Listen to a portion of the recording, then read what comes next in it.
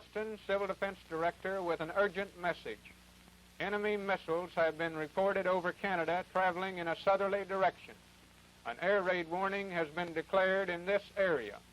This means that possibly within 20 minutes, the Austin area may be hit by missiles.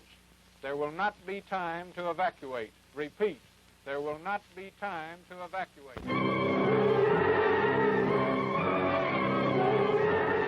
At Bergstrom Air Force Base near Austin, the alert has been sounded, and the men of the 4130th Wing scramble for their giant B-52s, according to a well-rehearsed routine. In the huge fallout shelter room beneath the Department of Public Safety building, the state civil defense team is assembling.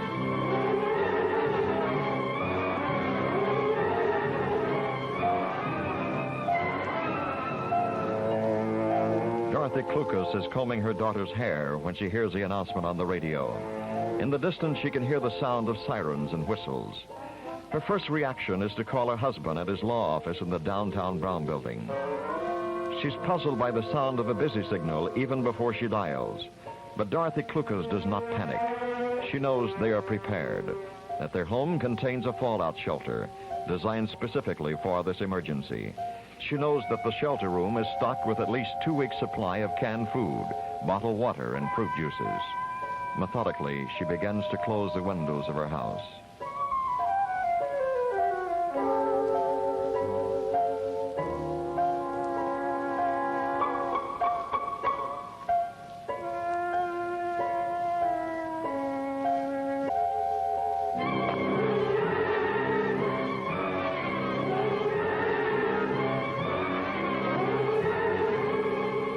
Ignoring the instructions not to attempt to evacuate, Phillips immediately runs to his car.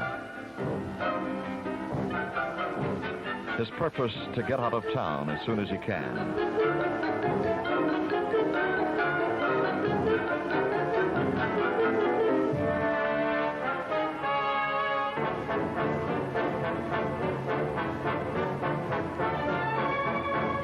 The streets are jammed. Parents trying to get home to their children. Businessmen trying to get to their families. Panic-stricken people trying to get out of town.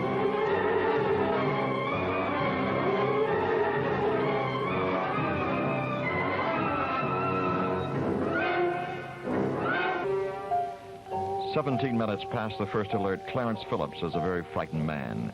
He's trying desperately to get out of town. The traffic has delayed him. And now he discovers his car is out of fuel and is coasting to a permanent stop. He leaves the car and on foot continues his flight.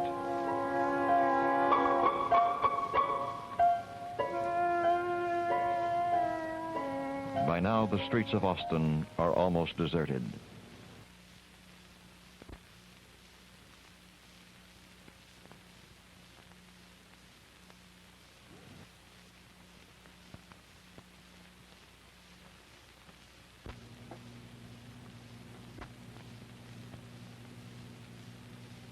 And then at 19 minutes past the original alert,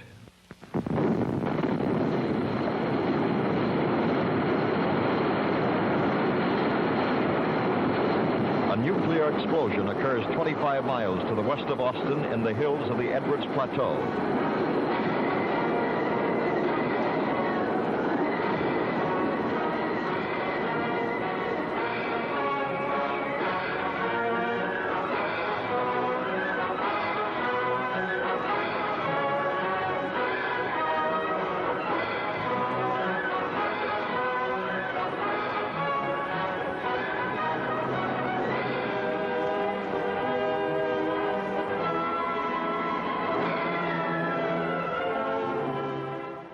To Clarence Phillips, this news is of no consequence.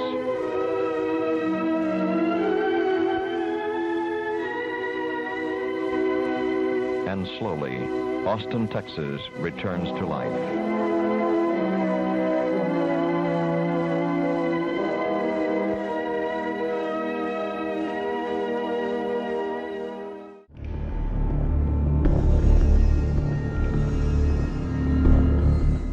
But what about the atom bomb? It has has been stated that to speak of atomic energy in terms of the atomic bomb is the same as speaking of electricity in terms of the electric chair. It is true, however, that the energy which gives us the power to heal, the heat and light to make things move and grow, is the same energy released in the explosion of the A-bomb. Here against the wall. That's it. Now, crouch tight up against it. Now listen, kids, if they're dropping an atomic bomb, it may go off any second now. Whatever happens, I'll give the signal when it's all right for us to get up. If there's an explosion, we'll wait about a minute after it's all over. Then we'll go upstairs and take a look around, see if it's all right for us to clean up. This man has made good use of the time given him by warning. With calm and intelligence, he has employed the means of self-defense at his disposal. Thus, every man can greatly increase the chance of his family and himself through any attack unscathed. But this man has an advantage, a well-protected cellar. There is no basement in the neighborhood. Seek shelter on the first floor of the house. An inner room with solid walls, with as many walls as possible between you and the probable target area. Lie down flat on your stomach. Cover your face with your right arm so that it is protected by your elbow. Grasp the back of your neck with your left hand. But wherever a substantial underground shelter is available, it provides the surest, safest possible protection against atomic attack.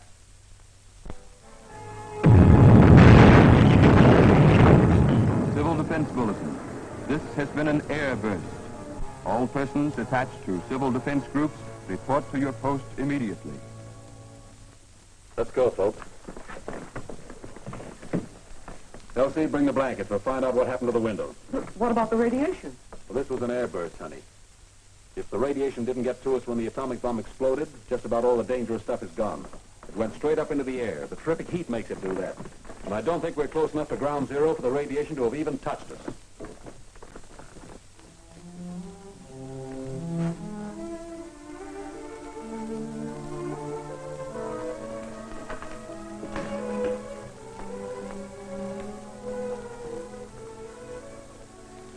Elsie, you'd better tack those blankets up around the windows so that we can keep the house warm.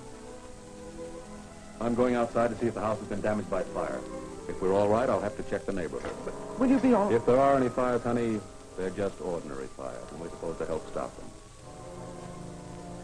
Children, you better clear out the broken glass and all this debris. All in all, I'd say we've been very lucky around here. Nothing to do now but wait for orders from the authorities and relax.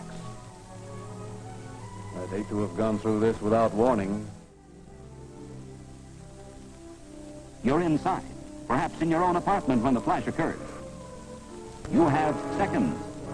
Move toward the nearest doorway, corridor, or a stairway, or get under a bed or table, or get behind a couch or other large, heavy object.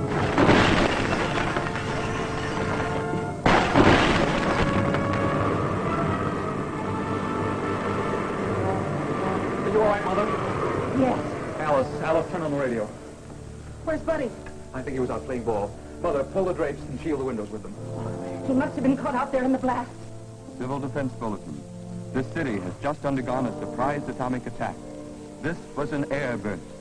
Check for fires. Further bulletins are following immediately. Shouldn't we go out and look for Buddy? No. Ethan Hurd disaster units will take care of him. If he's all right, he'll come home. Draw a pan full of water right away, Alice, and keep it covered. Won't it be radioactive? No. And don't take too much. Otherwise, you'll pull down the water pressure the firefighters need. I'd better go out on the fire escape and see whether any fires have been started. Mother, go downstairs and see if old Mrs. Simmons is all right. Fine, I'll go. But let me know just as soon as you hear what's happened to Buddy.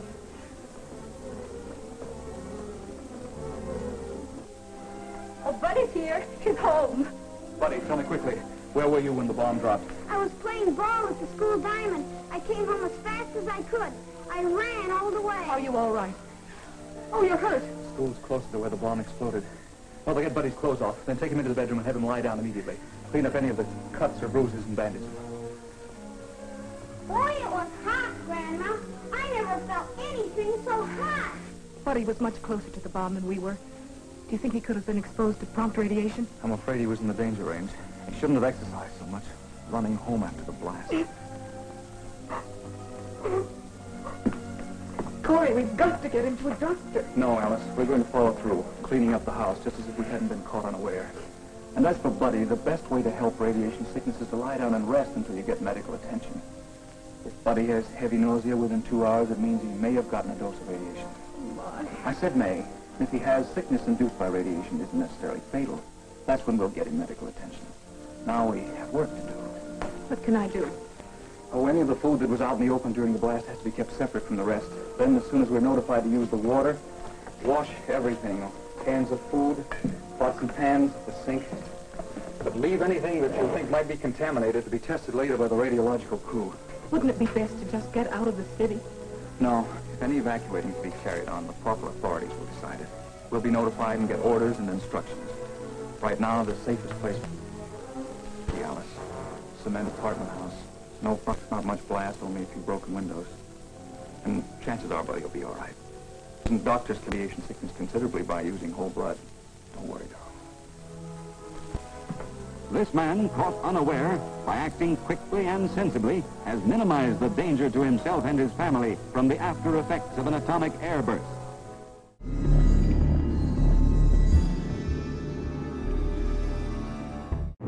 Let us face, without panic, the reality of our times, the fact that atom bombs may someday be dropped on our cities, and let us prepare for survival by understanding the weapon that threatens us.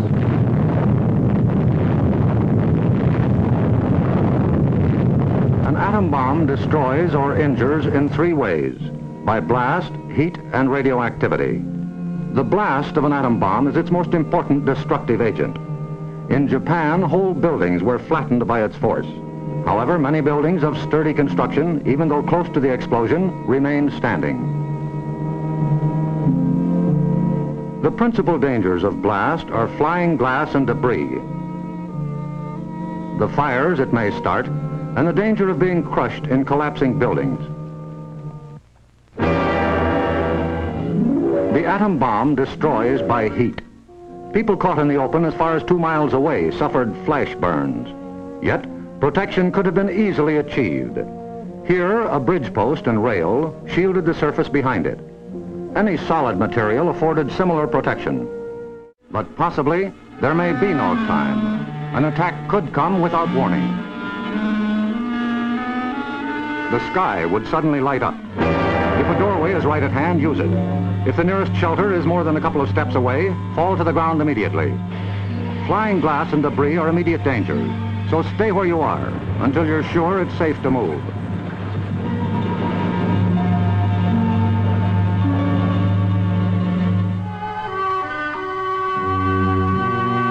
If you are at home when a surprise attack occurs, crawl beneath a table if it is very near, or drop to the floor with your back to the window.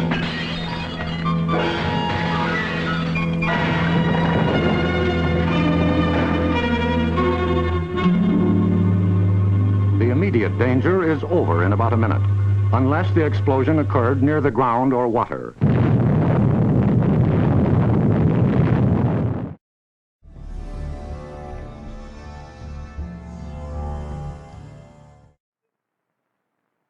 You need to know about fallout, what it is, how to detect it, and what to do to protect yourself against it. Everybody needs to know. Yes, this does mean you. Watch and listen. One day, these facts may save your life. What is this fallout, anyhow? Just bits of radioactive fall out of the mushroom cloud of the nuclear explosion and settle on the ground. These bits of matter can be dangerous. You're exposed to some radiation every day, from cosmic rays or other natural sources of radiation. These exposures are too small to hurt you. But when a wartime nuclear explosion occurs, a serious fallout follows. Thousands of tons of atomized earth, building materials, rocks, and gases may be thrown into the air. In some parts of the country, there are storm cellars or outside vegetable storage cellars. They may be used as shelters from fallout. If you plan to use such a cellar or your basement or any other shelter, stock it with food and supplies. To equip and supply your shelter area, you need some of the same things you might take on a vacation camping trip. First, sleeping equipment to fit your shelter area. Folding cots or sleeping bags and blankets. Then, food and water. There should be at least a 2-week supply. But what happens if you do get exposed to a great deal of fallout? Food or water has been contaminated by the dust, internal damage may occur. When dust has been left on skin, there will be skin burns. When you have been near dust too long, there may be radiation sickness. Exposure can even cause death. If you have had considerable exposure, you will vomit and grow weak. But after a few hours, this sensation will pass, and by the next day, you may have had the last of it. Even if you have been exposed to excessive fallout, you may eat and drink just as you normally would. But don't force yourself. Whether you have had these symptoms or not, if civil defense radio announcements have said that radiation has been high in your section, keep an eye on your condition for the next few days. Watch especially for these developments in the 2 weeks following exposure. Return of nausea, sore throat, bruise spots developing without any known reason, loss of hair. These conditions, or nosebleed, or diarrhea, should be reported to a doctor or to the nearest first aid station set up under civil defense plans.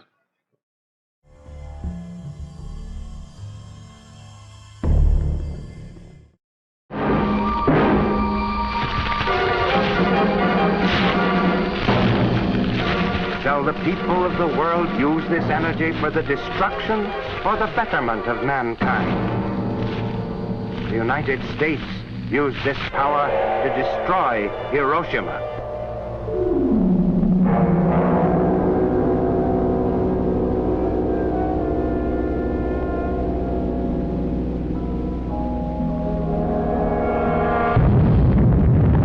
A flash, a blast, the release of deadly radioactive rays, and in a matter of seconds, downtown New York would be a mass of ruins. Throughout the entire lower end of Manhattan, most people would be dead. All buildings from Washington Square to the Battery would be destroyed. In Chicago, from Halsted Street to Lake Michigan and from Chicago Avenue to Roosevelt Road, the city would lie in ruins.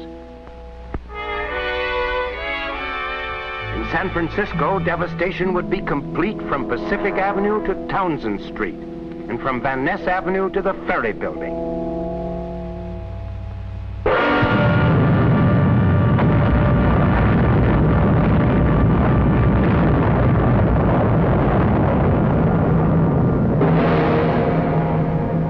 One atomic bomb did this to a city and its people.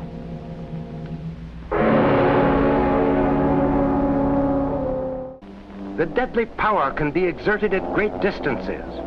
The first atomic bomb was dropped on a round trip of 3,000 miles on August 1945.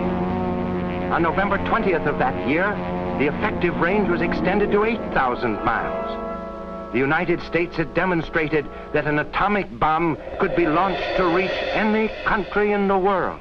A grim reminder to all nations that had the bomb and this plane been in possession of the Axis powers, they could have conquered the world.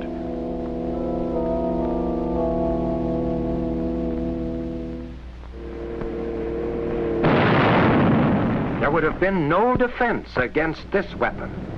A single plane would have broken through to destroy the heart of London.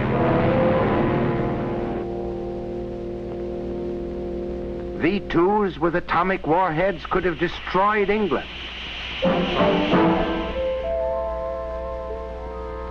At the moment of surrender, Hitler had in the blueprint stage transoceanic rockets, which could have destroyed our city.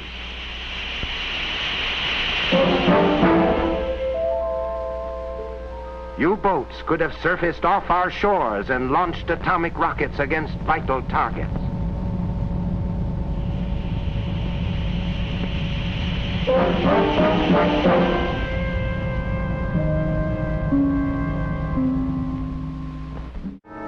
Only through proper control of atomic energy can we answer the question how this great force may be used for the benefit of mankind.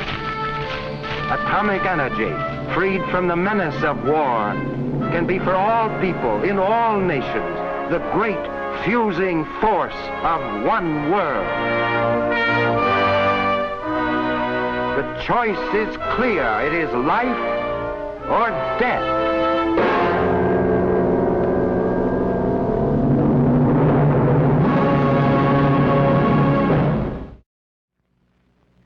But we are not without personal weapons of defense. One is distance. The greater our distance from the fallout particles, the less radiation we receive. Radiation from particles 50 feet away, for instance, would not affect us as much as from particles a few feet away. You would receive less radiation in the middle of a tall building than on the top or bottom floors, because there would be more distance and partitions between you and the source of the radiation.